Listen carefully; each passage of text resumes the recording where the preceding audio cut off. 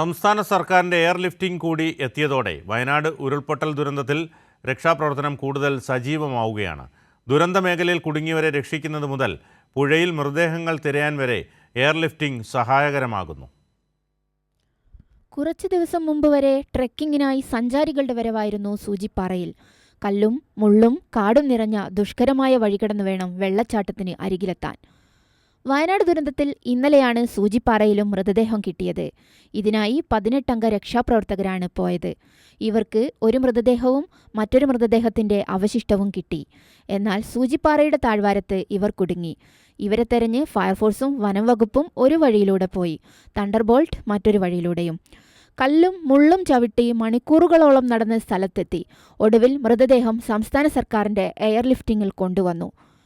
കേരള പോലീസിന്റെ special operation ഗ്രൂപ്പാണ് airlifting കൊണ്ടുവന്നത്. മലനിരകളായതിനാൽ സൈന്യത്തിന്റെ വലിയ ഹെലികോപ്റ്റർ കൊണ്ടുപോകാൻ സാധിക്കുന്നില്ല. ഇതോടെയാണ് മറ്റൊരു എയർലിഫ്റ്റിംഗ് സംസ്ഥാന സർക്കാർ തന്നെ കൊണ്ടുവന്നത്. വയനാട്ടിലാണ് ഉരുൾപൊട്ടലുണ്ടായതെങ്കിലും മൃതദേഹങ്ങൾ പലതും ഒഴുകിയത് മലപ്പുറം ജില്ലയിലേക്കാണ്.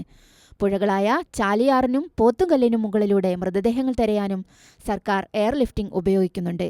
ഈ തെരച്ചിൽ അഴിമുഖം വരെ നീളുമ്പോൾ കേരളം കാണുന്നത് സമാനതകളില്ലാത്ത രക്ഷാപ്രവർത്തനം. ആദ്യ ദിനം ചൂരൽമലയിൽ പാലം തകർന്നപ്പോഴും പോലീസ് രക്ഷകരായി. മുണ്ടക്കൈയിലേക്കുള്ള വഴിയടഞ്ഞപ്പോൾ സൈന്യം എത്തുന്നതിനു മുമ്പ് താൽക്കാലിക പാലം നിർമ്മിച്ചത് പോലീസാണ്. 12 മണിക്കൂറോളവും പുഴയിലെ ചെളിയിൽ പൂണ്ടുകിടന്ന ഒരാളെ രക്ഷിച്ചത് ഫയർഫോഴ്സും. ഇങ്ങനെ ഒരു നാടിനെ വീണ്ടെടുക്കാൻ എല്ലാ മേഖലകളിലുമുണ്ട് സർക്കാരിന്റെ ഇടപെടൽ. News desk Kairali news.